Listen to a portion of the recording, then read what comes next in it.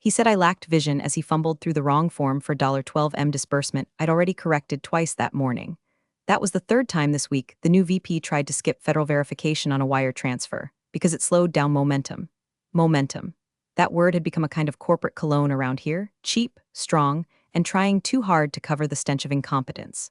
I was 17 years into this circus, 17 years of staying late to triple-check account verifications, of keeping the Treasury Department happy, of explaining, gently, always gently, to fresh-out-of-MBA clowns why registered seals aren't decorative. I'd written half the compliance playbook these jokers skimmed before marching into boardrooms like they invented math. And yet, every time I opened my mouth in meetings, I got the same look you'd give a fax machine that dared to beep during a PowerPoint. Necessary but annoying. They called me sharp. That's what people say when they know you're right but wish you weren't. I was the Treasury seal holder, meaning my signature didn't just close books, it made money move. You want to send anything over 10 million through certain accounts? You don't get to click send until I say yes. Quiet power, invisible authority. But let's be real, none of that mattered when the VP was posturing for the board. I was background noise. Compliance ghost in top slacks. By the way, if you've listened this far and you like stories where the quiet woman everyone ignores ends up holding the nuclear football, hit that subscribe button. It tells the algorithm we're not just yelling into the void here. And throw us a like while you're at it, keeps the team caffeinated and just petty enough to keep digging up these gems. Anyway, on this particular Tuesday, the bronze seal clipped to my badge tapped lightly against the boardroom glass as I leaned in to correct his numbers. I didn't raise my voice. I didn't roll my eyes. I simply said, per Treasury regulations, that would need dual verification at the 25 threshold. He smiled, tight and brittle like his molars were doing the math. Actually, Patricia, that only applies if the wire's foreign. I held up the file. It's routed through the Luxembourg arm. Silence. Then a cough. Then that awful slow churn humiliation that settles in when someone realizes they've already hit send without asking if the parachute's been packed. But he doubled down, called my tone unproductive, said I derailed the presentation. I almost laughed. It took effort not to. Operations folks avoided eye contact. Legal stared at his shoes. The CFO, the only one who truly knew the weight of the seal on my badge, sat frozen, lips twitching like he was trying to remember the capital of Luxembourg. I sat back, quiet, already calculating the fallout. Not emotionally, mechanically. Like a chess player watching a toddler knock over a rook and call it checkmate. They never saw the bronze seal for what it was. To them, it was a trinket. To me, it was a loaded gun with one fingerprint trigger. My fingerprint. I watched the VP stretch his spine like a peacock on Red Bull, then say the words that would set off a ticking clock no one else could hear. Patricia, I think we've seen enough. Your attitude's just not aligned with our forward culture. I didn't blink, didn't flinch. I stood, unhooked my badge, and peeled the bronze seal from the clip. It made a soft metal-on wood click as I placed it on the mahogany table, right next to his untouched coffee. No parting words, no drama, just that little round emblem sitting there like a coin on the eyes of a corpse. As I walked out, the boardroom door didn't even shut all the way before I heard someone ask, "Wait, what was that?" They'd learn soon enough. The quarterly board meeting was always a performance, think Broadway for bloated egos, except with worse lighting and more acronyms. I'd been through 67 of them, I counted. Enough to know that actual knowledge was optional, but optics were gospel. The new VP, Dominic, yes, Dominic, like some character from a knockoff Wall Street fanfic, had decided to make his big splash. He wore a navy suit so tight I could see the outline of his misplaced confidence. He had a clicker in one hand and a smirk in the other, and he strutted into that room like he was about to pitch sliced bread to the Amish. Due to internal efficiencies, he began. You can fast-track the Luxembourg transaction by bypassing dual verification. The compliance risk is negligible. I was sitting 2 seats down, not even supposed to speak during this part, but my body reacted before my brain had time to strategize. I didn't raise my hand. I just cleared my throat. Actually, I said, voice low but steady, Treasury regs still require dual verification on any wire over 10 million routed internationally, even through subsidiaries. He turned, the smirk already cracking at the corners. I appreciate your input, Patricia, but we confirmed this with Treasury's regional liaison. No, I said, calmly flipping open the binder in front of me, you spoke to an associate on the domestic desk. Luxembourg's routing classifies this as international. The verification thresholds apply. And just like that, the air went syrupy. You could feel the oxygen shrink. Someone from investor relations shifted in their seat. The CEO frowned into his coffee, pretending to read a note he hadn't written. Dominic's face flushed the color of expired ketchup. He clicked his slides forward like maybe the pixels would rescue him. We'll move on, he muttered before pivoting into a slide about leadership values. Oh, the irony. 5 minutes later, he made it clear he wasn't done with me. Before we wrap, he said, stepping out from behind the table, there's one more point of alignment we need to address. He turned to the board and said it like it was a business update. Effective immediately, Patricia's position is being phased out. We appreciate her many years of service, but we're streamlining roles that don't align with our evolving structure. It landed with a weird, muffled thud. Even the CEO blinked like someone had fired a Nerf gun in church. There was no prior notice, no restructure memo, just this. I waited a beat, looked at the board. No one met my eyes. I stood, no tears, no tantrum, just a bone-deep weariness I couldn't hide. I reached up, removed my badge from its clip, and unhooked the bronze Treasury seal like I was unbuckling a safety harness I'd worn too long. It was heavier than it looked, not in weight but in what it carried, authority no one in that room understood. I placed it quietly on the polished wood table. No dramatics, just finality. The kind of gesture that wouldn't mean anything until it did. Then I walked out. Nobody stopped me. Nobody said a word, and most importantly, nobody asked what the hell that seal was. I didn't even get a cardboard box, just a crinkled plastic bag from the copy room that smelled like toner and someone's leftover salad. Fitting, really. My entire exit was handled with the same half-baked laziness they used to update software licenses, meaning they didn't. No speech, no cake, no awkward HR escort with a let's not make this weird pep talk. Just the low hum of fluorescent lights as I dropped my mug, 2 binders of annotated compliance notes, and a dying succulent into the bag. The plant had been on my desk since the 2013 audit. It hadn't bloomed in years, and I decided it could die in peace with me. I sent one final email, 5 words, 2 consequences. 2 legal subject, Treasury seal returned.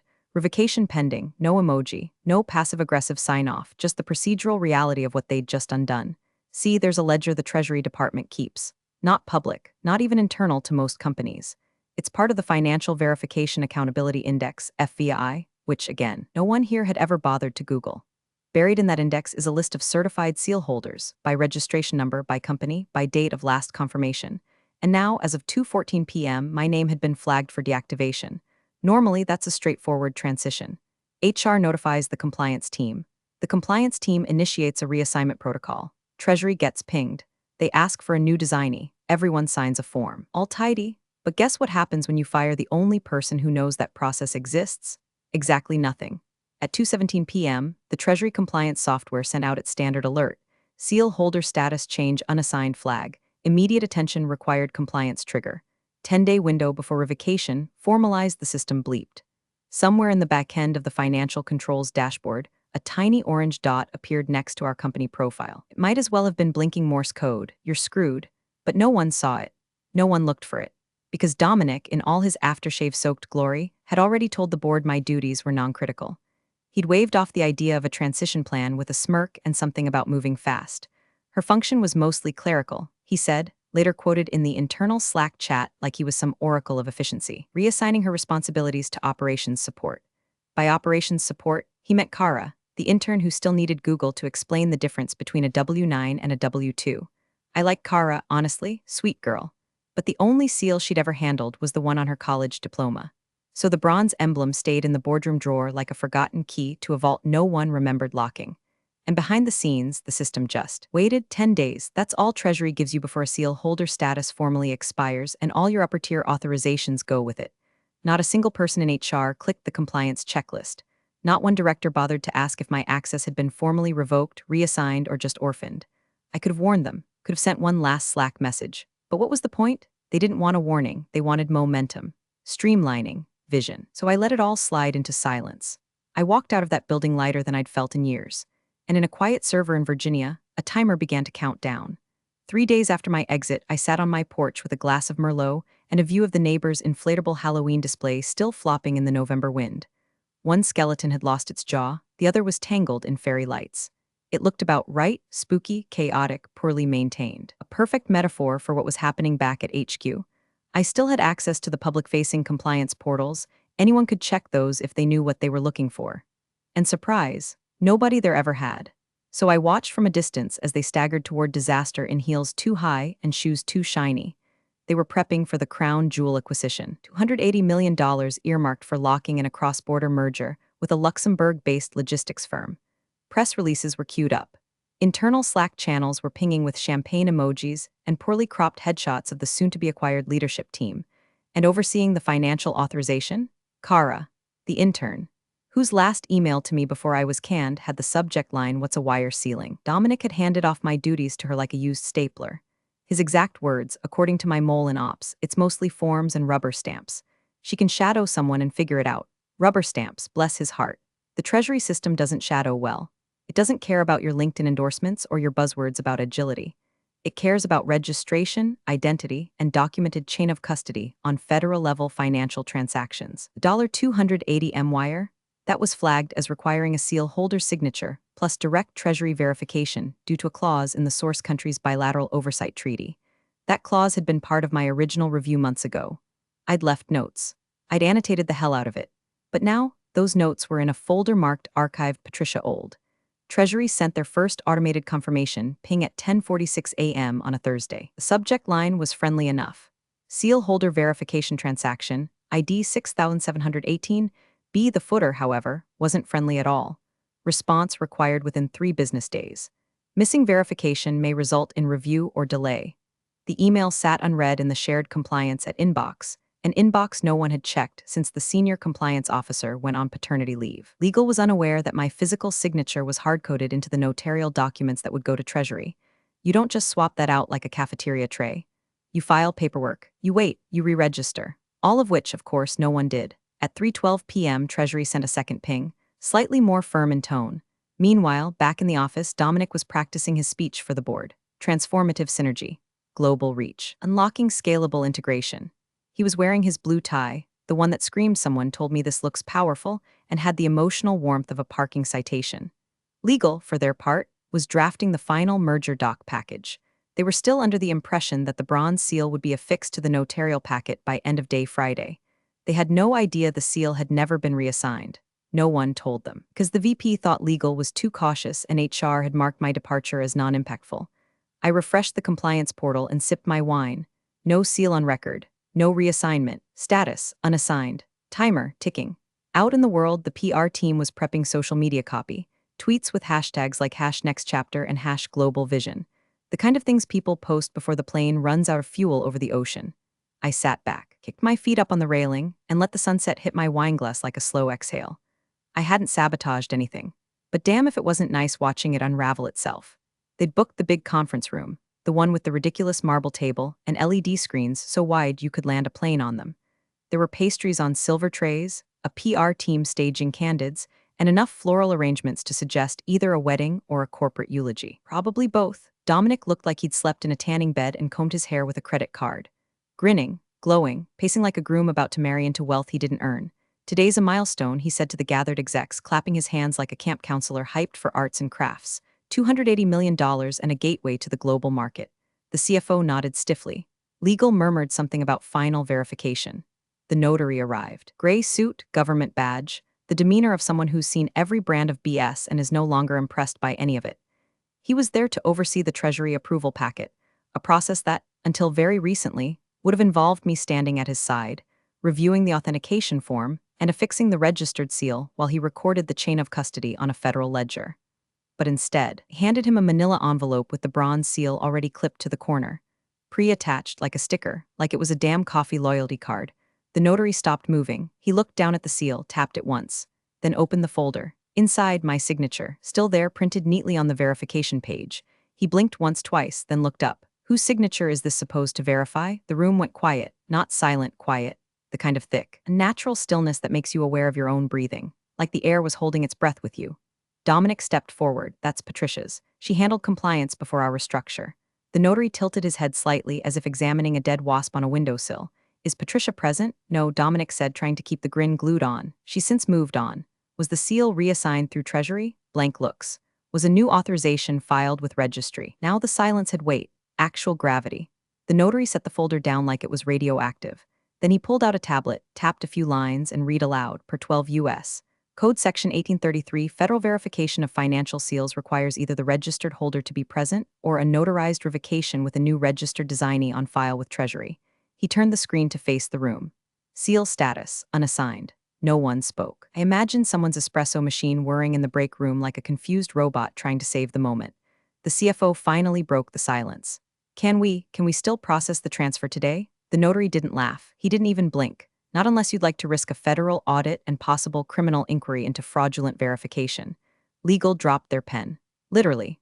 The click of it hitting the table sounded like a gunshot. Dominic stepped back. There must be a workaround. There isn't, the notary said flatly.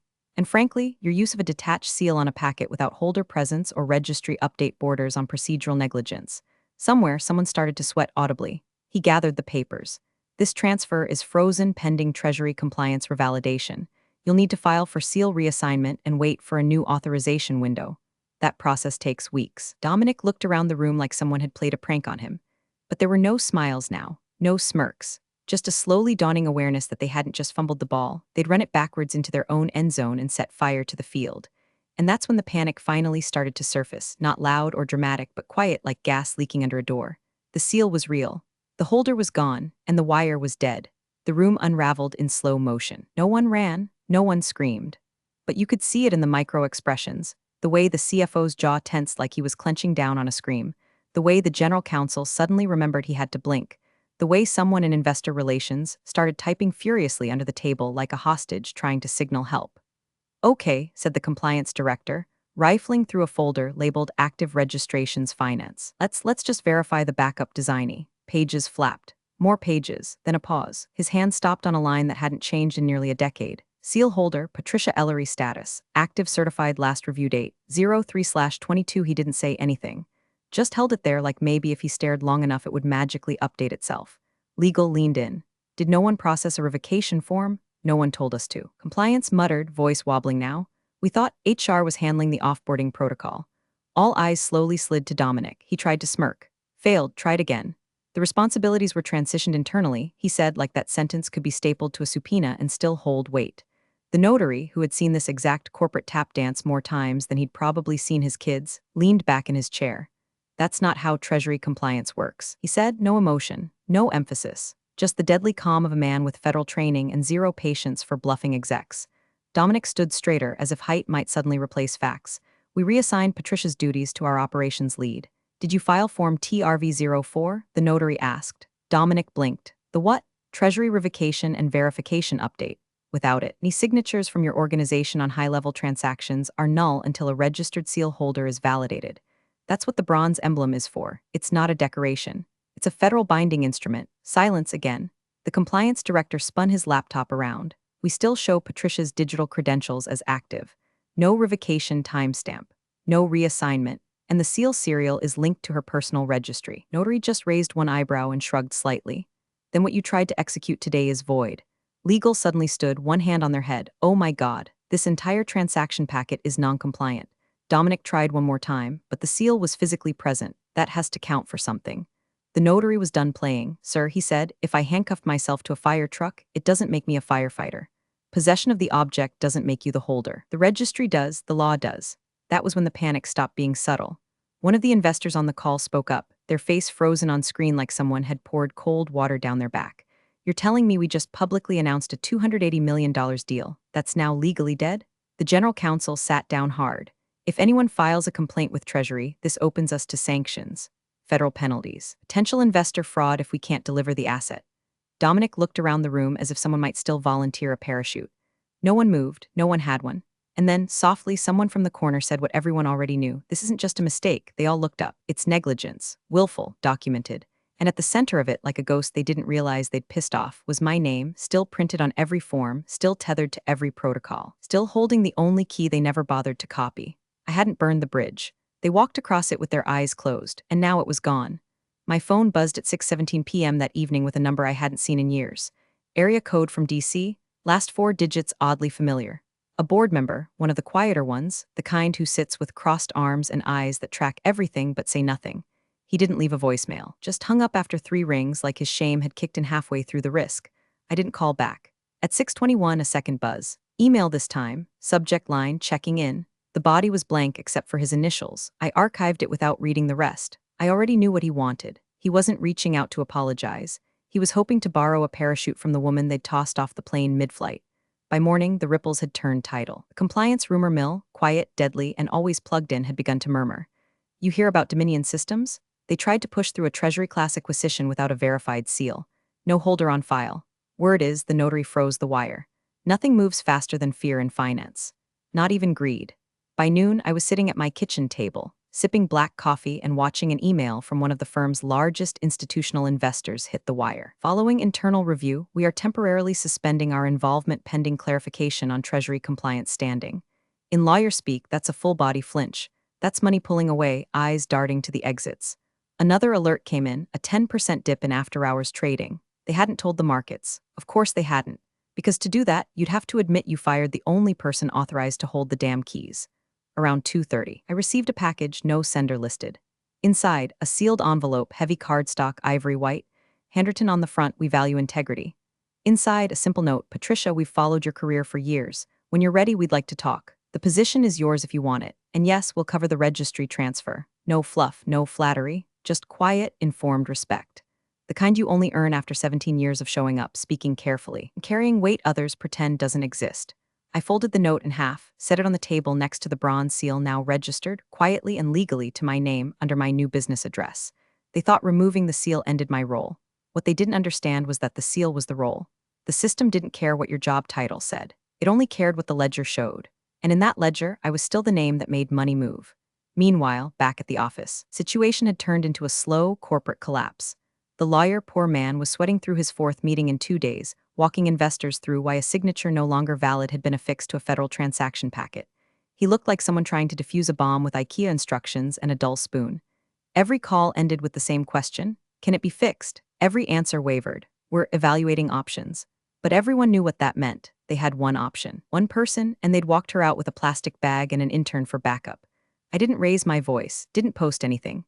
I didn't need to. Because sometimes the loudest revenge is the silence that follows your absence, when the system you protected turns cold and everyone realizes you weren't just a cog. You were the lock. And now the whole machine was stuck, waiting, watching the lawyer, praying for a miracle that wouldn't come. Emergency session was scheduled for 9 a.m., but most of them were already in the room by 8:20, pacing or whispering or fake sipping lukewarm coffee. The air had that brittle texture, like static clinging to everything. Even the fluorescent lights seemed nervous. They'd brought the bronze seal. Someone had dug it out of the drawer it was tossed in, polished it just enough to look presentable, and centered it on the long table like it might spontaneously forgive them. Sat there quietly, gleaming, unbothered, unclaimed. The notary arrived precisely on time, same gray suit, same government-issued neutrality, but this time his folder was thicker. This time he didn't offer any pleasantries. Just walked to the front of the room, looked at the table, and said flatly, "This is a registered Treasury seal." Silence. He tapped the folder once, then looked around the room, slow and deliberate. Removing its holder without proper reassignment, he continued, "Invalidates the entire approval chain attached to the associated transaction. The seal might as well have been a live grenade." Dominic looked like a man trying to remember what words were. He licked his lips, blinked 3 times, and finally muttered, "We didn't know." The notary didn't flinch. That is not a legal defense. The general counsel adjusted his tie, which seemed to be strangling him. "We were under the impression that duties had been transitioned. Then you should have filed the revocation. Assigned a new holder. Waited for Treasury confirmation." The notary replied, each word like a nail driven clean and smooth.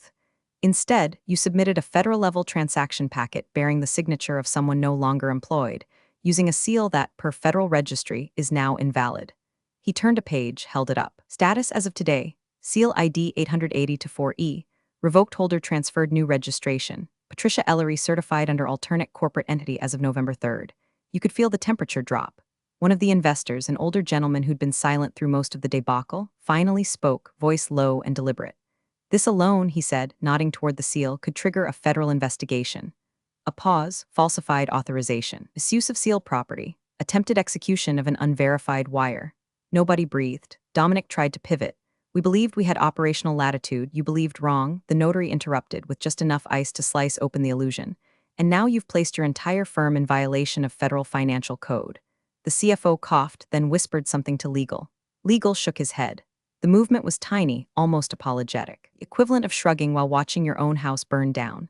"I'd advise you to contact Treasury," the notary added, "immediately, and I'd strongly recommend you secure outside counsel for the criminal review that will almost certainly follow."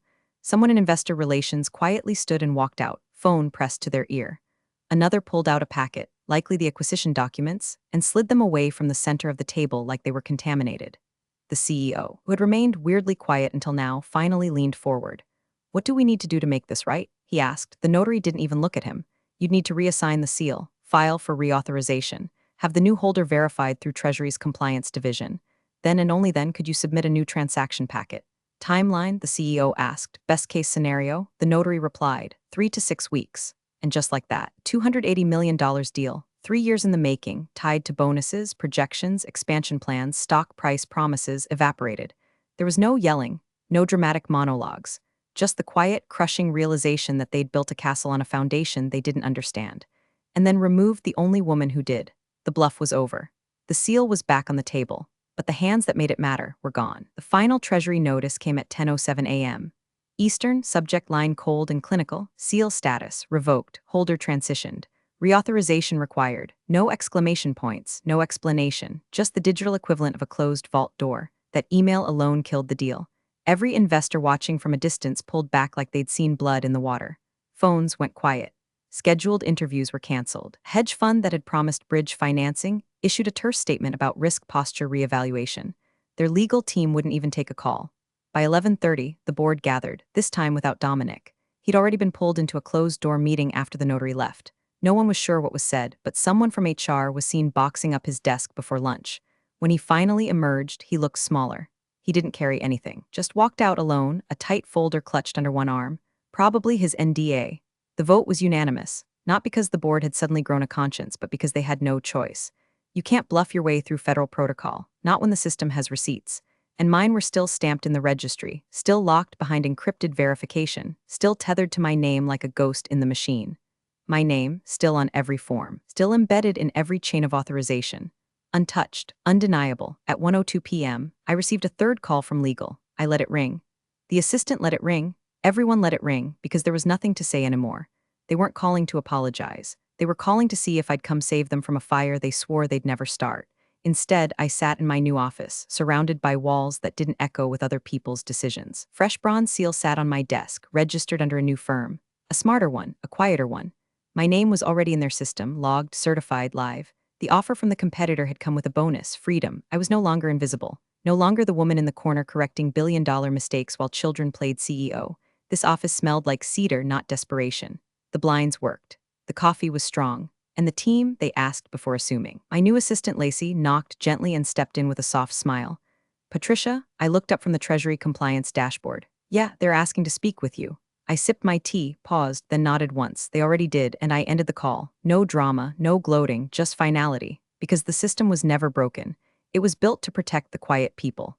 The ones who read the fine print, who stay late and triple-check the forms no one else bothers to open. They thought they could rewrite the rules by talking louder. I just followed the rules, and let them bury themselves beneath the ones they never bothered to read. Thanks for watching, you cubicle warriors. Hit that subscribe button. Unless you're my old boss, then you're on your own. Revenge of the coffee pot strikes again.